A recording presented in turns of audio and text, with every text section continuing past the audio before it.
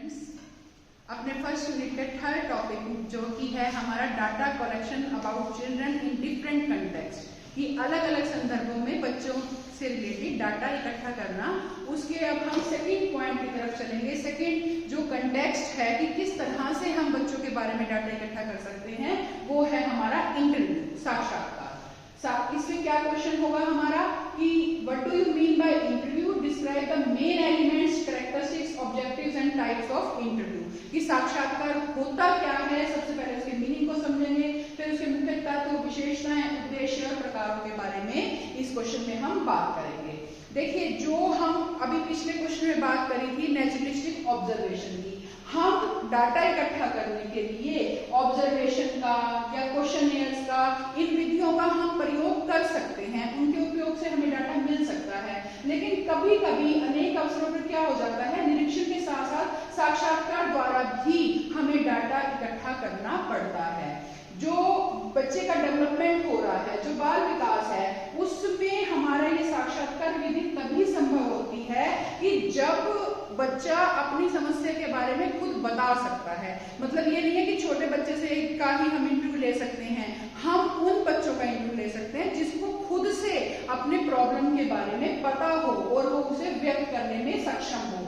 इस विधि में क्या होता है, जो इंटरव्यूअर है और जो इंटरव्यू लेने वाला है, मतलब साक्षात्कार करता है और सूचना दाता है, देने वाला, उनके बीच आमने सामने पारस्परिक क्रिया उत्पन्न होने का अवसर मिलता है और जिस व्यक्ति का साक्षात्कार लिया जा रहा है उसके बारे में अर्थपूर्ण जानकारी प्राप्त होती है।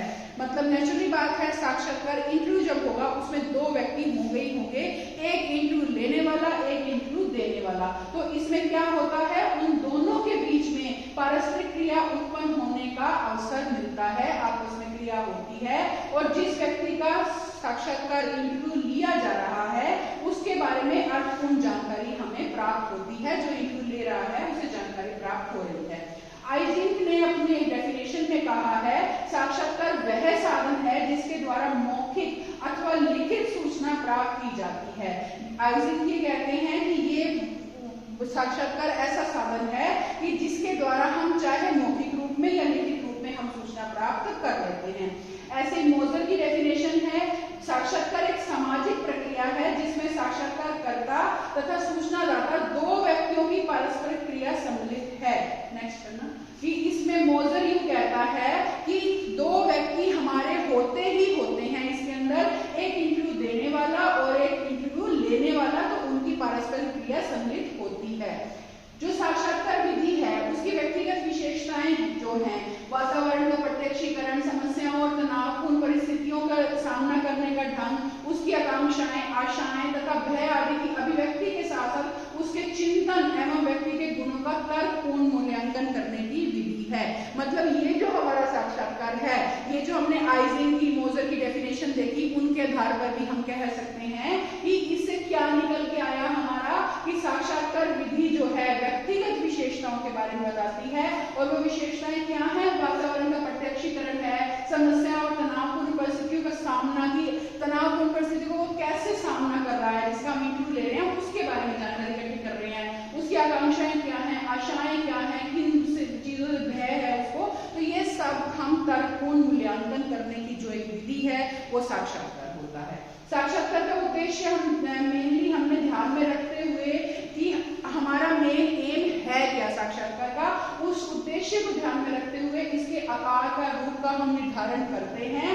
और साक्षात्कार हमारा साधारण भी हो सकता है, कम समय का भी हो सकता है, लंबे समय का भी हो सकता है, जो हम डिफरेंट अलग अलग सेशंस में कर सकते हैं, क्योंकि काफी लंबा है तो कई सेशन में लेना पड़ेगा।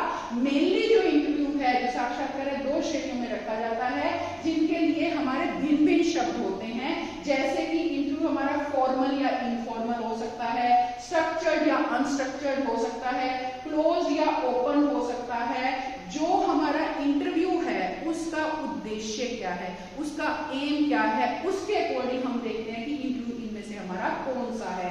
अगर तो साक्षात्कार के उद्देश्य के अंदर समस्या से संबंधित प्रश्नों को पहले ही तैयार कर लिया जाता है। कई बार क्या होता है कि हमें ऑब्जेक्टिव पता है कि हम इंटरव्यू किस लिए ले रहे हैं, तो उससे रिलेटेड जब हम क्वेश्चंस पहले ही तैयार कर लिए जाते हैं और हम इन प्रश्नों के क्रम और संख्या नहीं बदलते, तो ये स्ट्रक्चर्ड होगा,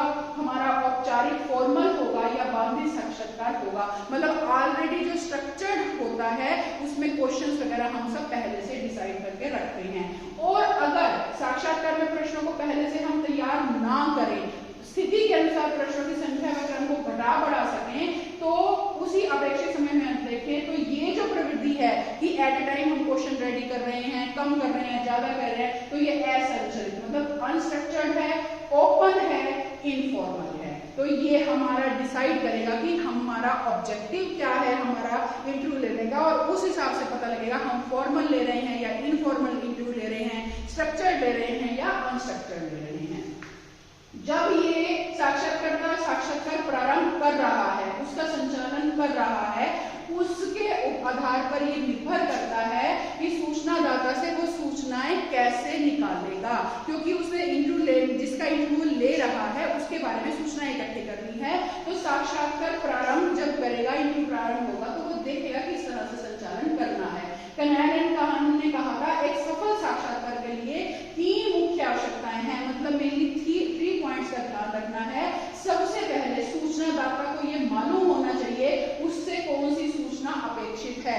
मतलब एक तो इंटरव्यू लेने वाला तो भी प्लानिंग करेगा, लेकिन जिसका इंटरव्यू हो रहा है उसको भी रेडी रहना है इंटरव्यू के लिए, और उसको ये सबसे पहले पता होना चाहिए कि उससे कौन सी सूचना मांगी जाएगी, और इसके अनुसार ही वह ये फैसला करेगा कि उसे कौन सी रेलेवेंट इंफॉर्मेशन देनी है।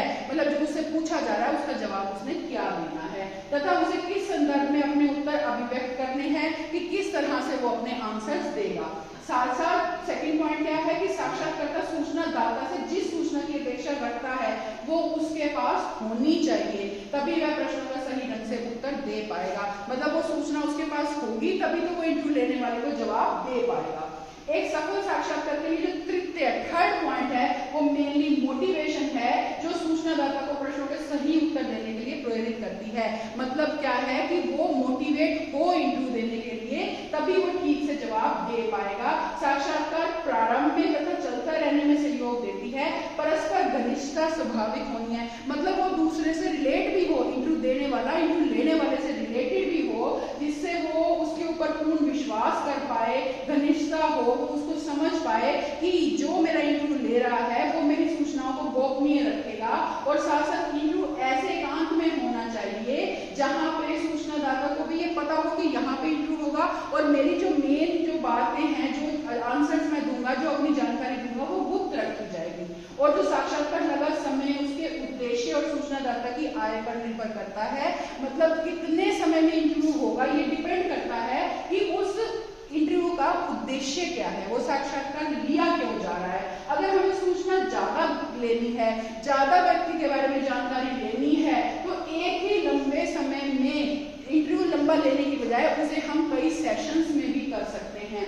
और साक्षात्कार प्रदाता की शुद्धता बढ़ाने के लिए जो साक्षात्कार करता है वो खुद भी प्रशिक्षित होना चाहिए, जिसमें उसके अपने विचार पक्षपातपूर्ण हो, प्रश्न तथा अनुमति बोधिक अभिवृत्तियों से बचा जा सके, और उसमें नोट करने की भी सही से क्षमता हो। मतलब खुद भी वो एक्सपीरियंस्ड होगा, तभी वो इंटरव्यू ठीक से ले पाए। तो ये हमारा मेन है कि इंटरव्यू हमारा होता क्या है, कैसे लिया जाता है, किन किन बातों का इसमें हम ध्यान रखते हैं। अब मुख्य तत्व कौन कौन से हैं, एलिमेंट्स कौन कौन से हैं हमारे साक्षात्कार के। तो जो साक्षात्कार है उसमें कई कुछ पॉइंट्स हैं जिनका हमने ध्यान रखना है। तो है क्या ये कि साक्षात्कार एक प्रकार का वार्तालाप होता है जिसमें कम से कम 2 व्यक्ति शामिल होते हैं, एक साक्षात्कार लेने वाला, एक देने वाला। और साक्षात्कार एक व्यक्ति से दूसरे व्यक्ति का होता है। शिक्षक से संबंधित साक्षात्कार हो जाता है तो उसके अंदर नेचुरली बात है टीचर ही लेगा या कोई रिसर्चर लेगा। एजुकेशन से रिलेटेड है तो या टीचर ले रहा है या जो रिसर्च कर रहा है उन चीजों के ऊपर वो ले सकता है। और नेचुरली बात है कि वो इंटरव्यू देने वाला कोई ना कोई स्टूडेंट ही होगा। और साक्षात्कार के दौरान हमें जो वार्तालाप हो रही है, जो भी टीचर या स्टूडेंट में या और कोई इंटरव्यू लेने वाला है, इंटरव्यू देने वाला है, उनके बीच में जो भी बातचीत हो रही है उसका कोई ना कोई उद्देश्य आवश्यक होता है, कोई ना कोई एम लेके इंटरव्यू डिसाइड किया जाता है। और साक्षात्कार एक व्यक्ति से दूसरे व्यक्ति का संपर्क स्थापित करने का एक महत्वपूर्ण साधन होता है कि दूसरे से हमें संपर्क करना है, उसके बारे में जानकारी इकट्ठी करनी है। और साक्षात्कार लेने वाला व्यक्ति प्रशिक्षित तथा अनुभवी होता है जो दूसरे व्यक्ति को सलाह अथवा परामर्श भी देता है, क्योंकि वो एक्सपीरियंस होगा तभी तो दूसरे का जो हम इंटरव्यू ले रहे हैं, जो डाटा इकट्ठा कर रहे हैं तो वो उसको परामर्श दे सकता है अगर किसी प्रॉब्लम से रिलेटेड कोई इंटरव्यू हो रहा है तो। नेक्स्ट हम इस पर देखेंगे कैरेक्टरिस्टिक्स क्या है हमारी इंटरव्यू मेथड की, साक्षात्कार विधि की क्या क्या विशेषताएं होती हैं। देखिए वही बात है जो मेन एलिमेंट्स में था। सबसे पहली बात है 2 या 2 से अधिक व्यक्ति, 2 व्यक्ति तो मिनिमम होंगे ही होंगे, एक इंटरव्यू लेने वाला एक देने वाला। 2 से ज्यादा भी हो सकते हैं, मान लो वैसे जैसे किसी जॉब के लिए या वैसे इंटरव्यू हो रहा है उसमें तो ज्यादा व्यक्ति होते ही होते हैं, 3-4 जने लेने वाले हैं, कैंडिडेट देने वाला है, या वैसे हमने किसी का डाटा इकट्ठा करना है, कई ऑब्जर्वर है तो वो भी अलग अलग इसके अंदर ले सकते हैं, लेकिन 2 तो होने ही होने हैं। और इसमें क्या होता है, फेस टू फेस रिलेशनशिप होता है, आमने सामने के संबंध होते हैं इंटरव्यू में, क्योंकि नेचुरली बात है 2 व्यक्ति हैं, देने वाला लेने वाला, तो इसके अंदर मेन विशेषता ये है कि ये आमने सामने के relation, direct face to face private relation स्थापित किए जाते हैं, आमने सामने रिलेशन से उसको जवाब मिल रहे हैं। थर्ड है इसमें स्पेसिफिक पर्पस, विशेष उद्देश्य। जब भी किसी का इंटरव्यू लिया जाता है तो उसका कोई ना कोई ऑब्जेक्टिव, हमारा उद्देश्य होता ही होता है कि हम किस वजह से जो ये बातचीत कर रहे हैं, तो ये एक उद्देश्यपूर्ण अंतःक्रिया है, किसी मेन बात पे फोकस करके हम ये इंटरव्यू ले रहे हैं, विशेष उद्देश्य को सामने रख के ही हम इस संबंध को स्थापित करेंगे। फिर है डाटा कलेक्शन, मेनली ये जो साक्षात्कार विधि है इसका मुख्य उद्देश्य है, जो मेनली ये कि जो हर गतिविधि या वार्तालाप है, सामाजिक अनुसंधानों और सामाजिक अध्ययनों के लिए सामग्री का संचालन या संकलन किया जाता है। मतलब जो सामाजिक अध्ययन है, कई बार इंटरव्यू लेना, डाटा कलेक्ट करना कि हम किसी कोई स्टडी कर रहे हैं, उसका रिजल्ट सबके लिए काम आने वाला है। जैसे नेचुरली बात है पीएचडी में रिसर्च वगैरह की जाती है, देखा जाता है कि किस लिए है, तो उस डाटा को, उस रिजल्ट्स को कहीं ना कहीं यूज किया जाता है, ये वो चीज। अब हम देखेंगे कि साक्षात्कार के उद्देश्य कौन कौन से होते हैं, ऑब्जेक्टिव्स कौन से हैं, क्या क्या विषय, जैसे बारी बारी बात हो रही है कि कुछ ना कुछ मेन पर्पस होता है, विशिष्ट उद्देश्य होता है, तो उद्देश्य हो और कौन कौन से हो सकते हैं हमारे इसके अंदर। सबसे पहले ये है कि आमने सामने के संपर्क से सूचना प्राप्त करना, collection of information in face to face situation. साक्षात्कार का मुख्य उद्देश्य प्रत्यक्ष अथवा आमने सामने के संपर्क स्थापित करके अध्ययन विषय के संबंध में सूचना प्राप्त करना होता है।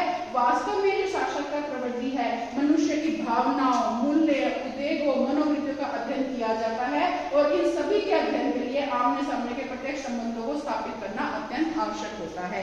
देखिए जो इंटरव्यू है, नेचुरली बात है अगर किसी प्रॉब्लम सॉल्व के लिए लिए जा रहा है तो व्यक्ति के जो हमारे मूल्य हैं, भावनाएं हैं, मनोवृत्तियां हैं, उसके बारे में जानना है, तो आमने सामने का वो है, लेने वाले को भी क्लियर हो कि वो किस लिए ले रहा है, और सामने वाले भी अपनी बात को अपने क्लियरली बताएं इंटरव्यू लेने वाले को, ताकि वो उसका प्रॉब्लम का सॉल्यूशन कर पाए कि किस लिए इंटरव्यू हो रहा है। मेन और नेक्स्ट ऑब्जेक्टिव क्या होता है, मेन सोर्स ऑफ हाइपोथेसिस, परिकल्पनाओं के जो निर्माण है उसका स्रोत होता है। हम परिकल्पना बनाते हैं, जो भी कोई स्टडी करते हैं उससे रिलेटेड हम हाइपोथेसिस बनाते हैं, परिकल्पना बनाते हैं, उनके निर्माण के लिए आवश्यक सामग्री हमें इकट्ठी करनी है। इसलिए भी ये साक्षात्कार का ये एक उद्देश्य होता है।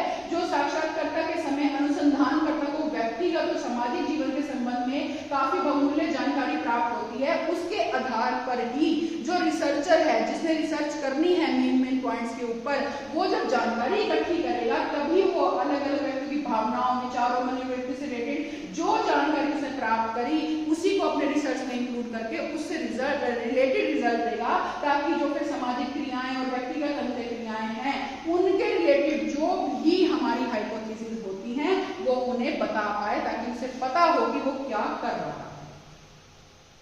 नेक्स्ट है इसमें अवलोकन के लिए अवसर पाना, to seek opportunity for observation. यदि किसी घटना या व्यवहार के विषय में केवल सूचना ही नहीं, अवलोकन भी करना हो तो भी ये साक्षात्कार विधि जो है काफी इंपॉर्टेंट होती है। मतलब हमने सिर्फ ऑब्जर्व ही करना है, तो जिस समय कोई भी अध्ययन करता है, किसी सूचनादाता के पास साक्षात्कार के लिए जाता है, तो वो सिर्फ साक्षात्कार नहीं लेता, बल्कि जो सूचना देने वाला है उसके घर का वातावरण, पास पड़ोस, उसके घर के अन्य सदस्यों के व्यवहार के विविध रूप को अनायास उसकी दृष्टि में आ जाते हैं, और वे उसके अवलोकन के काफी बहुमूल्य अवसर प्राप्त कर लेता है। जब सामने वाले के बारे में जानकारी प्राप्त कर रहा है तो नेचुरली बात है ये सारी चीजें उसके पता लगेगा ही। इसी को रिलेट करते हुए बेंजामिन ड्रीपाउ ने कहा था कि यद्यपि साक्षात्कार एवं अवलोकन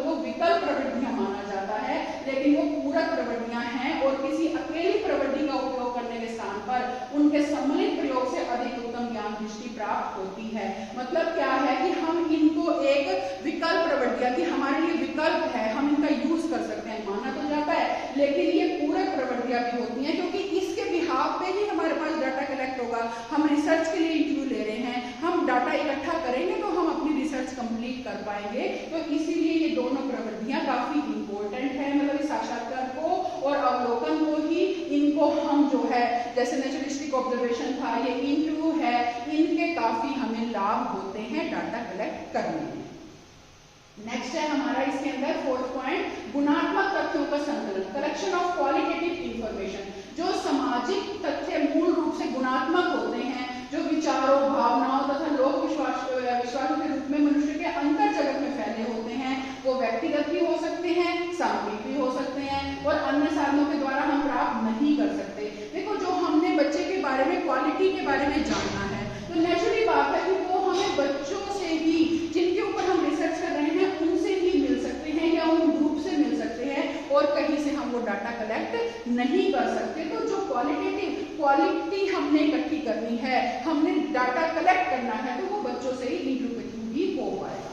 और फिर है व्यक्तिगत एवं आंतरिक सूचना संकलित करना, collection of personal and internal data. जिस रिसर्च के लिए हमें पर्सनल और इंटरनल डाटा की जरूरत होगी, वो भी हमें इंटरव्यू के थ्रू ही मिल सकता है। इससे रिलेटेड व्यक्तिगत और जो आंतरिक पक्षों को समझने के लिए जो जो सूचनाएं हमने इकट्ठी करनी है, तो वो हम इसी उद्देश्य, यही उद्देश्य लेके इंटरव्यू लेते हैं। जैसा कि लंडबर्ग ने कहा था, अनुसंधानकर्ता की रुचि न केवल वस्तुगत आंकड़ों जैसे आय, संतान की संख्या, आयु इत्यादि प्राप्त करनी होती है, बल्कि उसके व्यक्तिगत, उसकी प्रवृत्तियां, उसके रोग देशों का पता लगाने की होती हैं, जो उसके वातावरण तथा उससे संबंधित शारीरिक क्रियाओं और भाव मूल्यों के द्वारा प्रकट होती है। मतलब इंटरव्यू का उद्देश्य सिर्फ ये नहीं है कि हम बस उसके बारे में मेन इनकम पता कर ली, बच्चे कितने हैं, एज क्या है, ये तो जनरल इंफॉर्मेशन है, सिर्फ इसके लिए इंटरव्यू नहीं होता।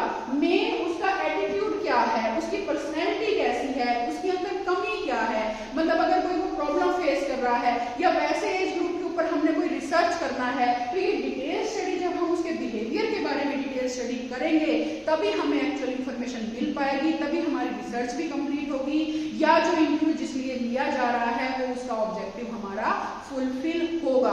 तो इस तरह से काफी इसके अंदर ऐसी ऐसी बातें हैं जो हम ऑब्जर्वेशन में ना करके हम इंटरव्यू के थ्रू जानकारी इकट्ठी कर सकते हैं। तो ये था स्टूडेंट्स हमारा क्वेश्चन, इंटरव्यू के थ्रू हम डाटा कैसे कलेक्ट करें।